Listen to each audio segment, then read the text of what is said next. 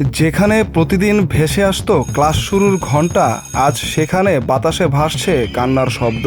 Milestone school and কলেজের বিমান দুর্ঘটনায় প্রাণ হারালো ৩২ জন নিষ্পাপ শিশু, আর মায়ের বুক জুড়ে জন্ম নিল চিরস্থায়ী শূন্যতা। কিন্তু প্রশ্ন হলো, এই দায় কার? যে বিমান চালাচ্ছিল সেই পাইলটের, নাকি সেই কর্তৃপক্ষের যারা ৬০ বছরের পুরনো প্রযুক্তির বিমান দিয়ে আজও প্রশিক্ষণ চালিয়ে যাচ্ছে, নাকি তাদের যারা বিলিয়ন বিলিয়ন ডলার বিদেশে পাচার করেছে যা দিয়ে কেনা যেত অত্যাধুনিক যুদ্ধ বিমান, নাকি তাদের যারা বিমানবন্দরের ঝুঁকিপূর্ণ এলাকায় স্কুলের অনুমতি দিয়েছে অথচ তারা জানতো এটি একটি মৃত্যু ফাঁদের চেয়েও কম কিছু নয়। প্রিয় দর্শক, আজ আমরা উন্মোচন করব মাইলস্টোনে বিমান ক্রাশের সেই ভয়ঙ্কর সত্য যা কেউ আগে বলতে সাহস পায়নি। যেখানে প্রতিদিন ভেসে আসে ক্লাস শুরুর ঘন্টা, সেখানেই আজ বাতাসে ভাসছে কান্নার শব্দ।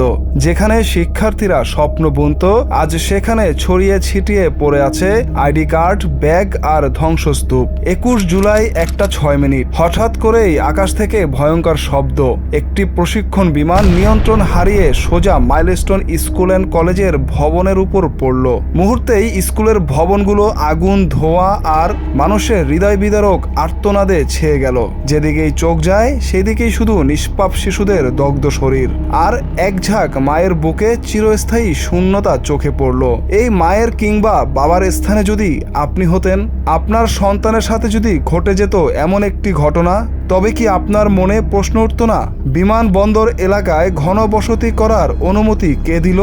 কারা বিমানবন্দরের প্রাণঘাতী ঝুঁকি জেনেও স্কুল বা আবাসন করার অনুমতি দিয়ে আজকের এই ট্র্যাজেডির বীজ বপন করেছে? চলুন একটু বিস্তারিতভাবে বোঝার চেষ্টা করি।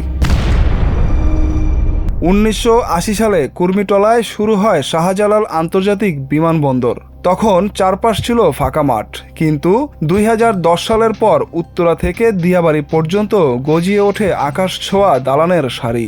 প্রশ্ন হলো, এসব কি রাজুকের অগোচরে হয়েছে, নাকি টাকার জোরে আইন বিধি গিলে খেয়েছে বিল্ডার মাফিয়ারা? মাইলস্টোন স্কুল অ্যান্ড কলেজের বিমান দুর্ঘটনা কি শুধু এসব দালানের জন্য, নাকি এর পেছনে আছে রাজনৈতিক অবহেলা ও বিলিয়ন ডলার পাচারের গল্প?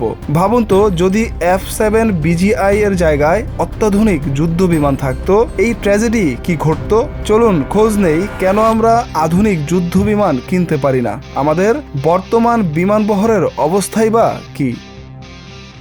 আপনি কি জানেন গত ১৫ বছরে বাংলাদেশ থেকে যে পরিমাণ টাকা বিদেশে পাচার হয়েছে, সেই টাকায় কেনা যেত অত্যাধুনিক যুদ্ধ বিমান? হ্যাঁ, ঠিকই শুনছেন, শুধু আওয়ামী লীগের শাসনামলেই পাচার হয়েছে প্রায় ২৮ লক্ষ কোটি টাকা। এই টাকা দিয়ে পৃথিবীর সবচেয়ে দামি যুদ্ধ বিমান B-2 স্পিরিট কেনা যেত ১০৯টি। এমনকি বিশ্বের সবচেয়ে অত্যাধুনিক যুদ্ধ বিমান F-35 লাইটনিং কেনা যেত প্রায় ১৯৫০টি। প্রশ্ন থেকে যায়, আর্থিক সামর্থ্য থাকা সত্ত্বেও কেন বাংলাদেশ বিমান বাহিনী এখনো পুরনো মডেলের বিমান দিয়ে প্রশিক্ষণ চালাচ্ছে? কেন অবহেলায় রয়ে গেছে আমাদের বিমান বাহিনী? কেন যুদ্ধের আগেই প্রশিক্ষণেই প্রাণ হারাচ্ছে দেশের সাহসী পাইলটরা? মাইলস্টোন স্কুলের মতো দুর্ঘটনায় আর কত প্রাণ দিতে হবে আমাদের? চলুন খুঁজে দেখি বাংলাদেশের বিমান বাহিনীর দুর্ঘটনার লোমহর্ষক ইতিহাস। বাংলাদেশ স্বাধীন হওয়ার পর এখন পর্যন্ত ৩২টি প্রশিক্ষণ বিমান দুর্ঘটনা ঘটেছে, যার ১৫টি ঘটেছে গত ১৭ বছরে। শেখ হাসিনার দ্বিতীয়বার প্রধানমন্ত্রী হওয়ার পর ২০০৯ সালেই শুরু হয় এই দুর্ঘটনার নতুন ধারা। কর্ণফুলী, বগুড়া, বরিশাল, মধুপুর, যশোর, টাঙ্গাইল, কক্সবাজার সহ দেশের নানা প্রান্তে একের পর এক বিধ্বস্ত হয়েছে F-7, L-39, PT-6, ইয়াক 130, K-8W এর মতো পুরনো যুদ্ধ বিমান ও ট্রেনার জেট। প্রাণ হারিয়েছে একাধিক পাইলট, ধ্বংস হয়েছে কোটি কোটি টাকার সরঞ্জাম। কিন্তু প্রশ্ন একটাই, এই ভয়ঙ্কর ধারাবাহিকতা কবে থামবে? বাংলাদেশ সরকার কি কখনোই আধুনিক যুদ্ধ বিমানের দিকে ঝুঁকবে না, নাকি প্রতিটা সরকারই ক্ষমতায় আসার পর বিলিয়ন বিলিয়ন ডলার পাচার করে নিজেদের আখের গুছাবে? কবে শিখবে মানুষের জীবনের মূল্য দিতে? প্রশ্নগুলো আজও রয়ে গেছে অজানা গহীনে। দায় কার? পাইলটের, যারা প্রাণ দিয়ে দায়িত্ব পালন করছে, নাকি সেই সিস্টেমের যারা পুরনো ঝুঁকিপূর্ণ বিমান দিয়েই প্রশিক্ষণ চালিয়ে যাচ্ছে? মাইলস্টোন স্কুল অ্যান্ড কলেজের সেই কান্না থেমে গেছে, কিন্তু মায়েদের বুকের শূন্যতা কি কখনো ভরবে? যদি আমরা আজ প্রশ্ন না তুলি, যদি জবাবদিহিতা না চাই, তবে কাল হয়তো আরেকটি মাইলস্টোন, আরেকটি প্রাণহানির খবর আমাদের কাঁদাবে। আমাদের আজ প্রশ্ন তুলতেই হবে, মানুষের জীবন কি এতই সস্তা? আপনার কি মনে হয় এই ট্র্যাজেডির দায় আসলেই কার? মন্তব্যে লিখে জানাবেন।